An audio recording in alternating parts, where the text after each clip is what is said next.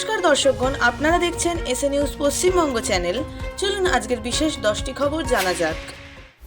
ভাষা আন্দোলনে মুখ্যমন্ত্রীর দৃঢ় বার্তা। বাংলা ভাষা ও বাঙালির মর্যাদা রক্ষায় মমতা বন্দ্যোপাধ্যায় জানালেন, প্রয়োজনে জীবন দিতেও প্রস্তুত তিনি। রাজ্যে ভাষার ওপর কোনো আঘাত বরদাস্ত করা হবে না বলে হুঁশিয়ারি দিলেন।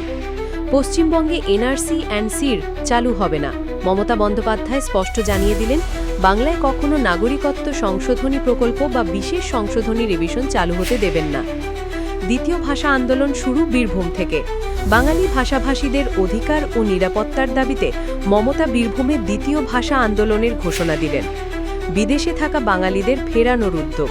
মুখ্যমন্ত্রী ঘোষণা করলেন, যারা বাইরে গিয়ে বাংলা ভাষা ও সংস্কৃতির কারণে হয়রানির শিকার, তাদের রাজ্যে ফিরিয়ে আনার জন্য কর্মসংস্থান সহ নতুন পরিকল্পনা নেওয়া হবে। নির্বাচনী বিভাগ আলাদা করার সুপারিশ। নির্বাচন কমিশন পশ্চিমবঙ্গে একটি আলাদা ইলেকশন ডিপার্টমেন্ট গঠনের ও স্বাধীন বাজেট বরাদ্দের প্রস্তাব দিয়েছে। নতুন জায়গায় সরানো হবে সিইও অফিস। 2026-এর বিধানসভা নির্বাচনের আগে কলকাতার এনএস রোড থেকে নির্বাচন কমিশনের অফিস স্থানান্তরের পরিকল্পনা নেওয়া হয়েছে। টেলিফোন ভবন বা এসিআই ভবনে স্থানান্তরের কথা চলছে। সিইও অফিসে শূন্য পদ পূরণের সিদ্ধান্ত। নির্বাচনের কাজের গতি বাড়াতে 4টি গুরুত্বপূর্ণ শূন্য পদ দ্রুত পূরণ এবং অর্থ বরাদ্দের জন্য রাজ্য এবং নির্বাচন কমিশনের মধ্যে আলোচনা চলছে। এনআরসি প্রস্তাব নিয়ে হাইকোর্টে শুনানি।